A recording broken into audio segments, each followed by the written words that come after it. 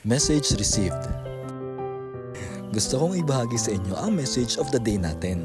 Actually, nangyari to ng 3 magkakasunod-sunod na araw.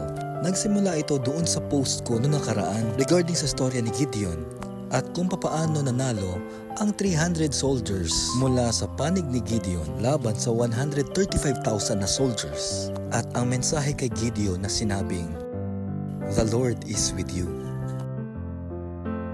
Kahapon, naka-assign ako as reader of the day. August 29, we celebrated the martyrdom of Saint John the Baptist.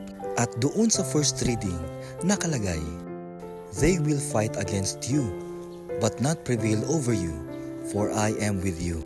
During that same day, pagkatapos ng klase namin doon sa Roga, may napansin akong keychain ng kaklase namin. Sobrang liit ng nakasulat doon, pero yung tinignan ko mabuti, ang nakalagay doon ay, "I am with you always." During the same day naman, sa aming evening prayer, may nakalagay dito, "Do not be afraid to face them, for I am with you." Kaninang umaga naman, August 30, habang nag-iintay ng klase sa Roga, ay nag-compare notes kami kung paano namin ginawa ang reflection doon sa assignment namin na prayer exercises. At kahit dito, sa pahina na to, ay nakalagay ang mga salitang, "I will always be with you." Sa sunod-sunod na araw, iisa ang mensaheng nais iparating sa atin. At yun ay ang, "I am with you always." Pinapaalalahanan tayo ng Diyos na kahit anumang mangyari, ay nandyan siya sa tabi natin. Kahit may guluman sa buhay natin, the Lord is with you. Kahit meron man gustong magpahamak sa atin, the Lord is with you. Sa panahon na malungkot tayo at feeling natin ay lugmok tayo sa kahirapan, huwag mong kakalimutan na lagi siyang nandyan para sa'yo.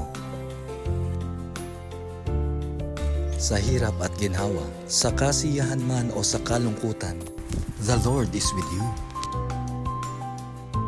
Ganyan tayo kamahal ng Diyos, hindi niya tayo pababayaan.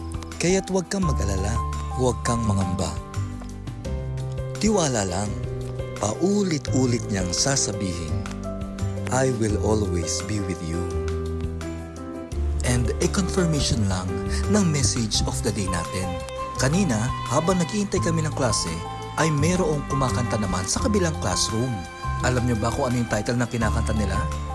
Ito ay ang kantang, "I Am Ever With You." Nakuhaan ko yung final part ng kanta nila. Eto, pakinggan natin.